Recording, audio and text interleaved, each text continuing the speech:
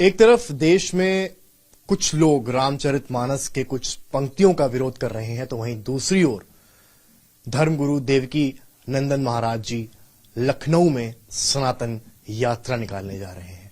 वो क्या सोचते हैं इस पूरे विषय के बारे में और क्या है सनातन यात्रा के मायने, बताने के लिए खुद मौजूद है देवकी नंदन जी। बहुत स्वागत है आपका देवकी नंदन जी।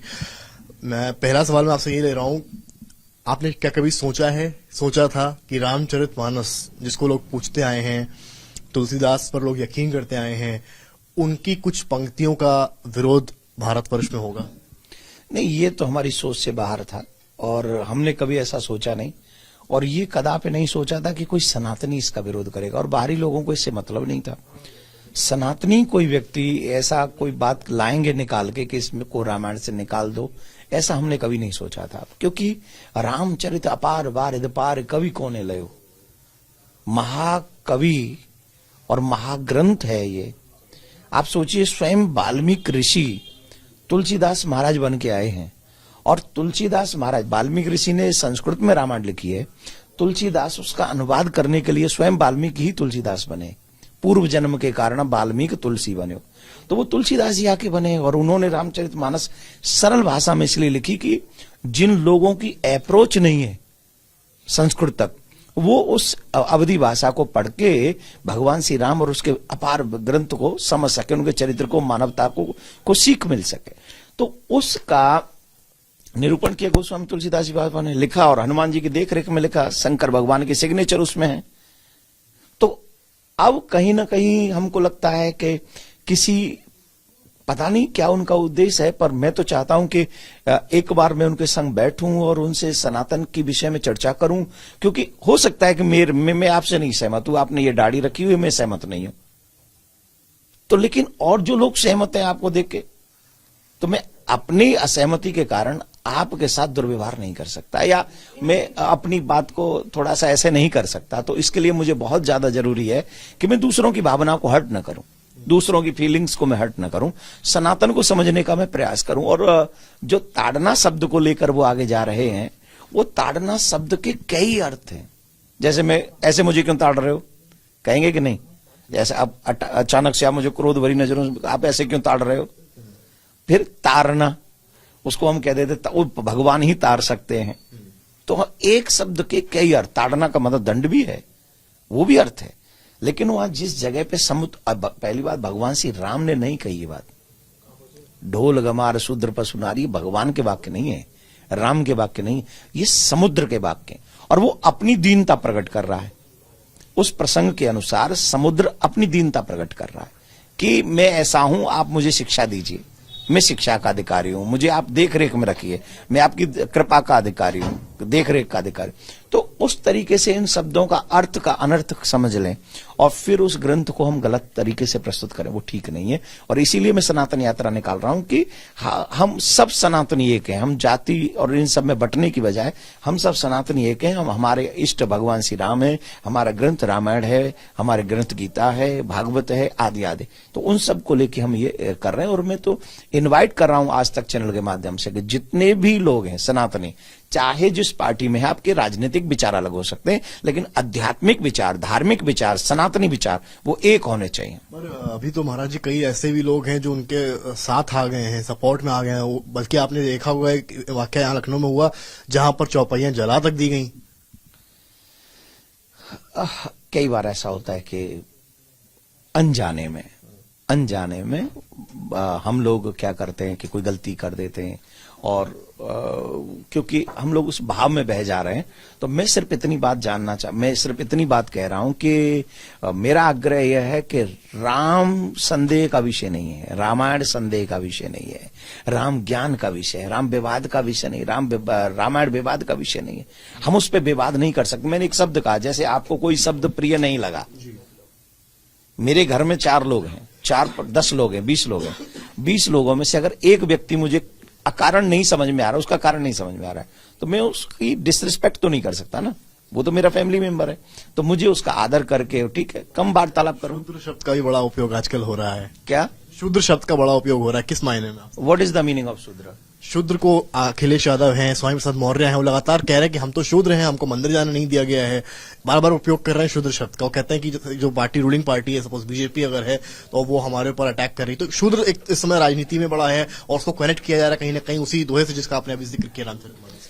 देखिए, मैं ऐसा मानता हूं, शूद्र शब्द का अर्थ क्या है? शास्त्रीय अर्थ है जिसके विचार शुद्ध नहीं है, वो शूद्र है। और एक मनुष्य एक दिन में चारों अवस्थाओं में जाता है। वो ब्राह्मण भी होता है, वो क्षत्रिय भी होता है, वो वैश्य भी होता है और वो शूद्र भी होता है। प्रत्येक आदमी एक दिन में चारों वर्णों में जाता है। ये वर्ण व्यवस्था है। वर्ण व्यवस्था क्या है कि जब हम अशौच अवस्था में चले जाएं तो हम उस समय शूद्र हो गए। जब हम भजन की स्थिति में चले जाएं, अध्ययन के विषय में चले जाएं, उस समय ब्राह्मण हो गए। जब कमाने का, जब हम अपने परिवार की सुरक्षा के लिए निकल जाएं तब हम क्षत्रिय हो गए। कमाने निकल जाएं तब हम वैश्य हो गए। ये वर्ण व्यवस्था है हमारे ऋषियों की और हमारे पूर्वजों की। लेकिन हम आज की स्थिति में उसे जातीय लेवल पे टांग रहे हैं। शूद्र का मतलब ये नहीं है कि वो एक जाति में पैदा हो गए तो शूद्र हो गए। जिसके विचार शुद्ध नहीं है, जिसका कर्म शुद्ध नहीं है, वो शूद्र है। अगर मेरे विचार गलत है, मैं आपका बुरा करता हूं, मैं आपके अपने इष्ट का बुरा करता हूं, तो मुझसे बड़ा शूद्र कोई नहीं।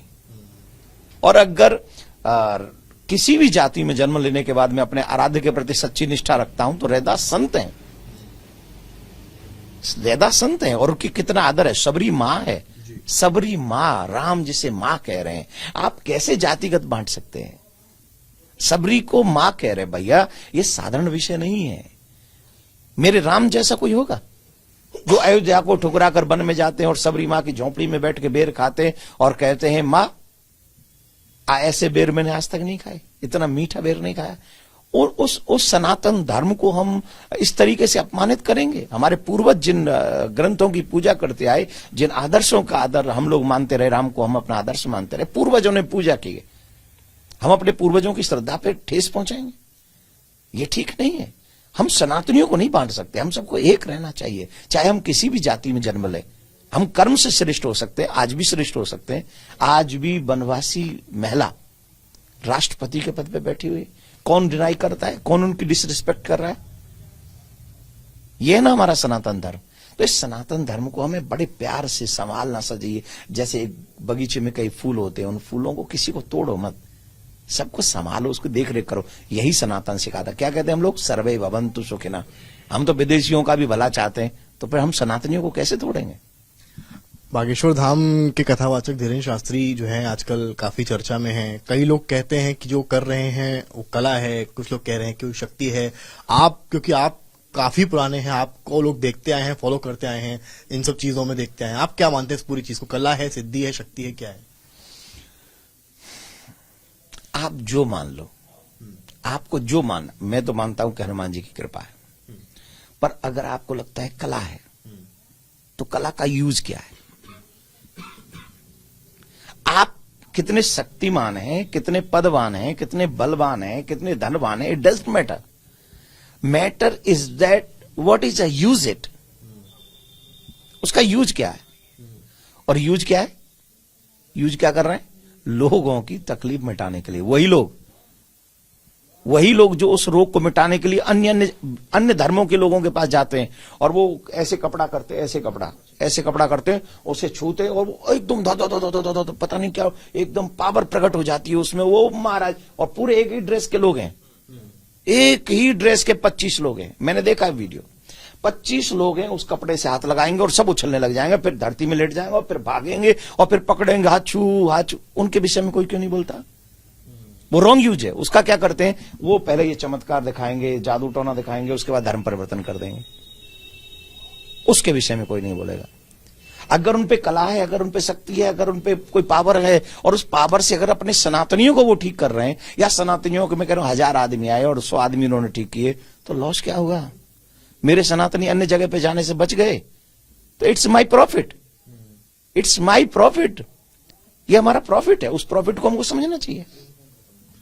तो ये जो पूरी चीज है, इसमें अभी all India personal law board की बैठक भी एक होने वाली है, जिसमें तमाम मुद्दे उठेंगे। ज्ञानवापी को लेकर है, मथुरा को लेकर है, अयोध्या को लेकर भी बातचीत होनी है। आप कैसे देखते हैं पूरे प्रकरण को? कि मैं एक बात मानता हूं, अगर भाईचारे की बात है तो काशी दे दो, मथुरा दे दो। अगर भाईचारा निभाना है तो काशी भी चाहिए और मथुरा भी चाहिए। क्यों? वो हमारे राम और कृष्ण और शिव ये हमारे प्राण हैं। हमें आपसे, आपके वोट से कोई तकलीफ नहीं है। आप हमारे अपने अगर हैं, भाईचारा आप निभाते हैं, तो हमने तो भाईचारा निभाने के लिए आप लोगों की हर चीज को एक्सेप्ट किया है। पर आप डिनाई करेंगे हमारी आस्था को, आप डिनाई करेंगे हमारे भगवान के जन्म स्थानों को, आप डिनाई करेंगे हमारी पूजा पद्धति को, तो भाई साहब मुझे मार देंगे, चाकू लेके मेरी आत्मा निकालेंगे और उसके बाद कहेंगे भाईचारा निभाइए, गंगा जमुना तहजीब की रिस्पेक्ट करिए। I can't, I am sorry. If you want to take many relationship with us and brotherhood, अगर हम भाईचारा निभाना चाहते हैं तो please respect my feelings. Sanatanis respect our feelings. हम सनातनी क्या हैं? हम सनातनियों के प्राण बसते हैं राम में, कृष्ण में, शिव में। अगर हम उनकी रिस्पेक्ट नहीं करेंगे तो यहां भाईचारा भारत में नहीं हो सकता।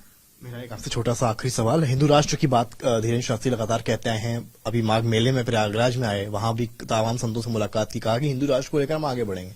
संविधान कहता है कि हम सेक्युलर हैं, यहां पर हिंदू राष्ट्र की आवाज आती है। देवकी नंदन महाराज जी इस पूरे मसले को कैसे देखते हैं और उनकी क्या राय?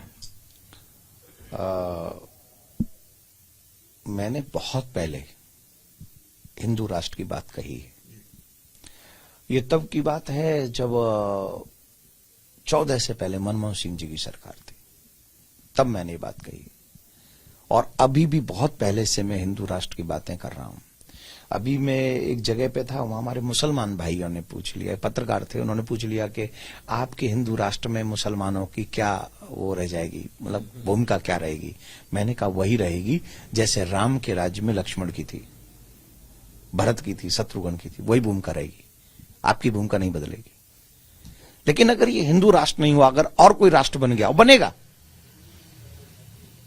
अब नहीं तो कुछ समय बाद बनेगा, ये आप भी जानते हैं। एवरी पत्रकार जानता है इस बात को।